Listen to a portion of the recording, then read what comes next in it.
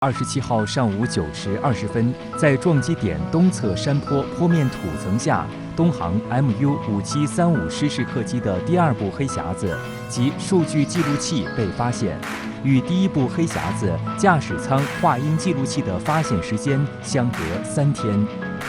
上午9点20分许，挖掘至地表往下约1.5米的深处时，翻开一块树根后，发现了一个被泥土包裹，只露出了一点橙色的圆柱形金属罐体，确认为失事飞机的第二个黑匣子。从发现点的位置来看，两部黑匣子的平面距离并不远。第一部黑匣子被发现的位置是在主要撞击点东南方向约20米处的表层泥土中，第二部则位于撞击点正东偏南5度，距离撞击点40米。不过，第二部黑匣子被埋进了距地表1.5米的深处。此次直飞东航 MU5735航班的波音737-800型号飞机，两部黑匣子均布置在飞机尾部，位置一上一下。最新找到的飞行数据记录器布置在客舱后厨房的顶上，用于记录飞机各类飞行参数，如高度、速度、航向、俯仰角、滚转角、垂直速度以及机组的操作，如驾驶盘杆量、油门以及发动机状态等数据，记录时长25小时左右。通常情况下，被认为可以还原飞机失事前的飞行状态与操控动作。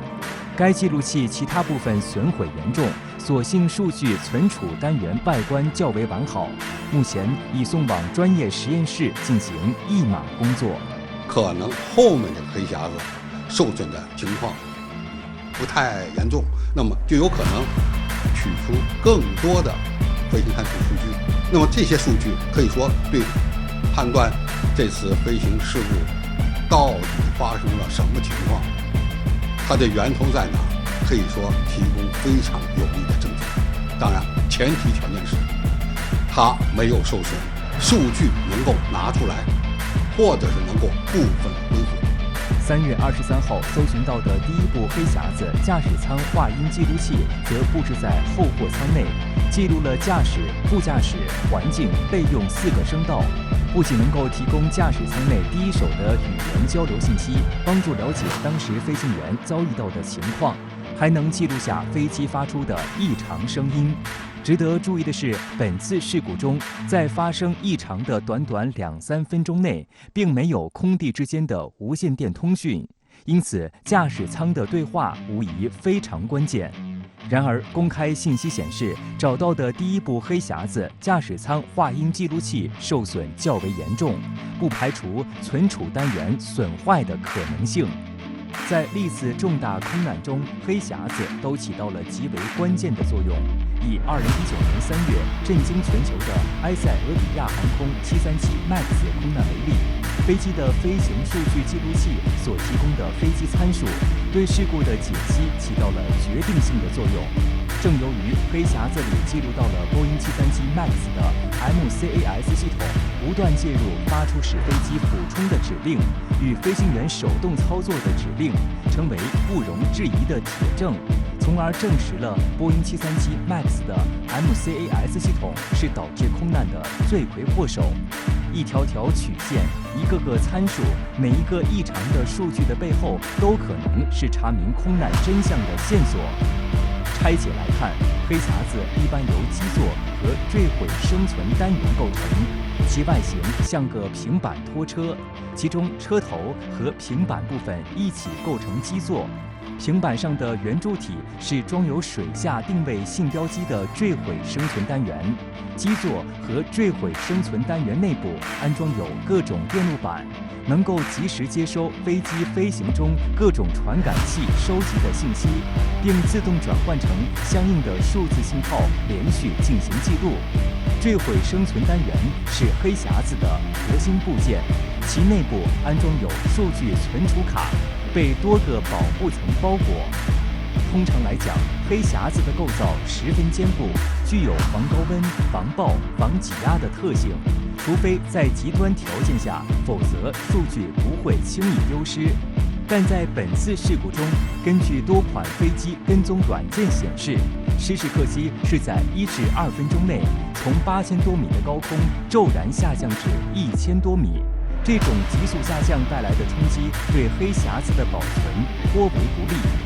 在找到黑匣子后，及时对其进行数据下载以及解码译码，就成为了调查空难事故原因的重要环节。民航局专业实验室自接到记录器后，立即开展修复和数据下载工作。何时能完全读取数据，时间无法确定。如果你在这个坠毁过程中，黑匣子受到了损伤，它的存储装置受到了破坏，那么你就要想办法恢复这些数据。首先就是它这存储装置要怎么修理、恢复，可能要送到生产厂商那儿去恢复。那么如果完全无法恢复，你也要想办法把它里面存的一些剩下的数据，能够想办法这个拷下来，然后作为分析故障的判据。另外呢，你就是把所有的数据都拷下来了，那么如何再现？怎么分析到底是什么原因？这也需要由专家进行相当长的一段时间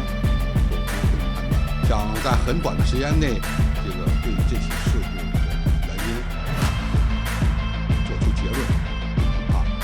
急不来。据介绍，黑匣子并非事故调查的唯一依据，调查组还将对飞机的碎片进行处理，测量发动机叶轮旋转的扭矩，试图证明当时飞机发动机的转速。此外，机上有很多仪表盘，表针的位置也可以帮助判断出飞机在触底或撞击的一瞬间处于一个什么状态。截至3月28号12时，搜寻人员累计出动15640人次，对核心区和周边重点区域进行反复搜索，找到飞机残骸和碎片36000件，并通过走访寻找目击证人，在事故当天的8月6日新闻事故新闻时专家认为，这些搜索结果都将有关事故真相。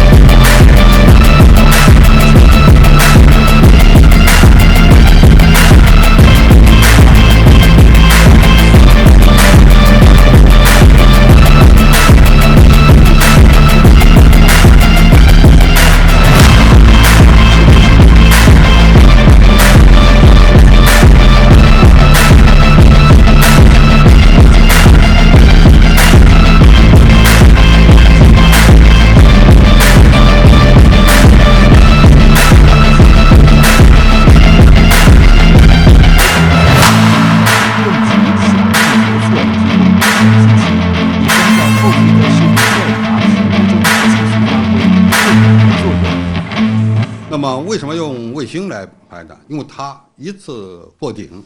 可以拍摄的距离比较大，因为我们知道飞行往往不是在一个点上，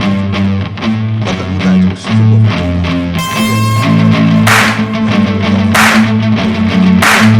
它离真正的事故距离比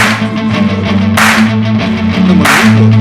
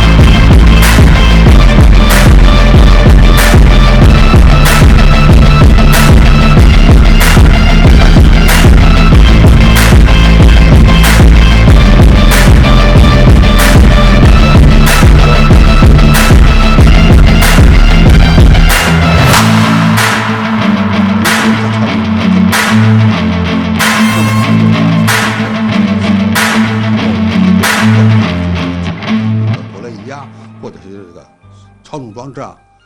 突然出现问题了，卡滞了或者是什么了，那么它就有可能发生动态的变化。那么如果飞行员来不及处置，这个动态的变化可能会很大。那么一旦俯冲，而且向下的速度很大，飞行员会产生失重的感觉。再一个呢，飞控系统的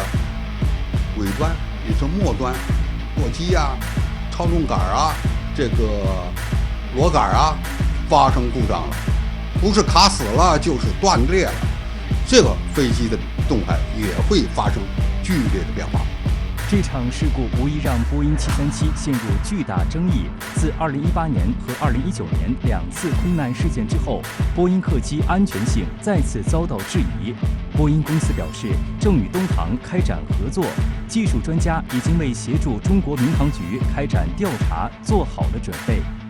因为这款客机实际上在世界各国以及中国都已经长时间运行了。它的发动机呢，虽然也是在原有的地方升级了，但是没有波音737 MAX 那么极端。总体来讲是安全的，但是不能保证它在其他的位置上不发生问题。因为这架飞机这次出的事故是非常奇怪奇特的，那么可能是仅仅是这一架飞机自己的问题，也可能这个设计的面比较宽，也要到了事故结论出来以后，才有可能呢对所有的同类型飞机进行大面积的检查。因为它不仅仅涉及到一架飞机一个航空公司，它可以说涉及到全球几千架波音737 800系列或者是800 NG 系列。此次事故发生后，自然资源部国土卫星遥感应用中心立即启动了应急监测，并公布了坠毁地的卫星遥感影像。白先生，您认为卫星技术在此次搜救过程中发挥了怎样的作用？首先，我们说对于这个卫星导航来讲，这一次它可以给搜救的过程之中建立一个坐标系，因为我们说相关的区域啊，那么虽然附近也有人活动的痕迹啊，但是整体来讲并不是处于一个相对比较繁华的区域，需要给搜救队一个相对能够这个依靠的用于导航和彼此定位的这样一种坐标系。这个呢，我们说卫星导航可以完成。另外呢，这次呢，我们说使用了包括国土资源卫星在内的很多的这种具备图像啊，或者是多普勒雷达这个拍照能力的这种相关的卫星，为了在搜救过程中不放过任何一个细节，那么以往呢，大部分采用的是这个大规模人员搜山的方式啊，但是这种方式其实普通人的这个观察的这种受限，那么他们可能在崇山峻岭，尤其是植被比较繁茂的区域呢，也不见得能够保证找到所有关键的碎片。但是卫星，我们说它是在空中啊，可以动用包括这个图像可见光啊，包括红外啊，包括紫外，包括其他的一些，比如说这个多普勒雷达。那么这些综合的手段呢，对整个的这个碎片可能散布的区域进行一个全面的这种拍照，形成图像，然后事后我们说对于图像进行分析，那么有可能找到一些我们说人眼所不见得能够看到的，或者说当时我们考虑就是在这个主要搜索区以外的这些关键碎片。那么这个呢，其实也是对于整个空难的无论是搜救还是事后的调查，都会带来一个极大的促进作用。近期，美日频频展开联合军演，借所谓严防钓鱼岛有事、台海有事为由，加速提升双方岛屿作战机动化、远程化、一体化。3月4号至25号，美日再度根据远征前沿基地作战理念进行岛屿作战演练，重点合练了兵力投送、火力打击等内容。深圳卫视东京观察员毛峰在演习现场带来独家观察。此外，美海军3艘侦察船不停在南海周边密集开展高强度作业，这样的情报暗战是否也在策应所谓台海有事？据南海战略态势感知计划3月23号发布的消息显示，3月17号以来，美海军3艘侦察船在南海及周边地区活动频频。鲍迪奇号海洋测量船、有效号海洋监视船及忠诚号海洋监视船分别在海南岛以南、黄岩岛以北及台湾岛以东海域进行高强度作业。值得关注的是，这3船均属于美军的特种任务船，就是间谍船。其中，鲍迪奇号海洋测量船隶属于美国海军海上运输司令部，船长100米，满载排水量5000吨，舰员25人，情报分析人员31人。其主要探测设备包括多波束探测仪、声呐、深水地震海底地质构造测绘系统、实时导航系统等，还配备有直升机悬停区和小型医院。收放设备包括3部多用途起重机和5部绞车，具有极强的海洋军事情报搜集能力。目前，美国海军共有2型5艘海洋监测船，包括胜利号、能干号、有效号和忠诚号4艘胜利级和1艘无暇号。它们由军事海运司令部负责管理，其收集反潜信息直接报给太平洋舰队和大西洋舰队。经舰队反潜作战信息处理中心处理后，交给航空兵部队司令部和水面部队司令部等。这些所谓的海洋侦察船，其实它这个有在这个军事方面无外乎两大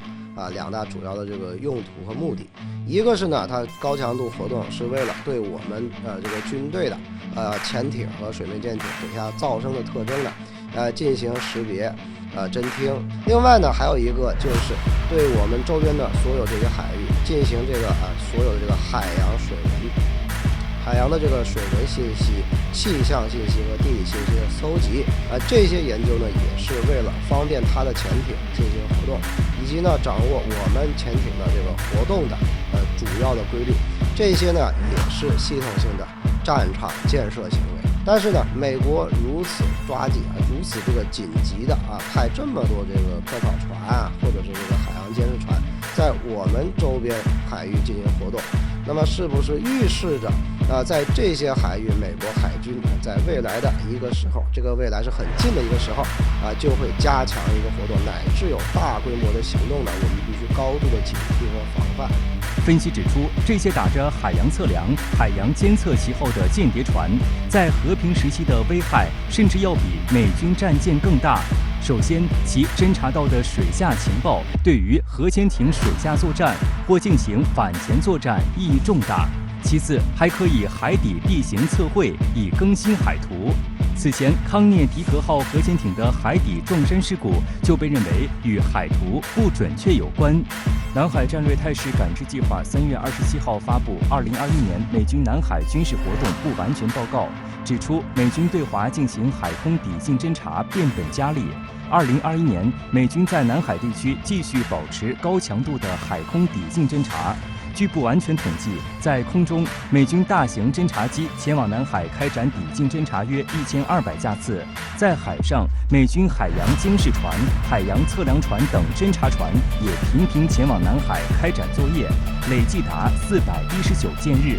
报告显示，美军在黄海、东海、南海对中国进行抵近侦察的大型侦察机每年有2000架次左右，加上其他的加油机和战机，各式飞机约有4000至5000架次。另外，每天还有5艘左右军舰在南海、东海或黄海活动。报告并显示，2009年以后，美军活动的频次、烈度和针对性已大幅提升。其中，2021年美军在南海及周边地区累计开展演习演训95次，实际超过100次，数量和规模均超过2019年和2020年。美军还加强与域外国家的联合行动，演习科目极具针对性，加强验证包括多域战、远征前沿基地作战、分布式海上作战、对抗环境下滨海作战等新兴作战概念。而在俄乌战争下，美军在中国周边的活动不降反增。撰写报告的南海战略态势感知计划主任胡波认为，美军不会因为全球其他区域发生局势变化而忽视中国，其战略重心依然是印太战略。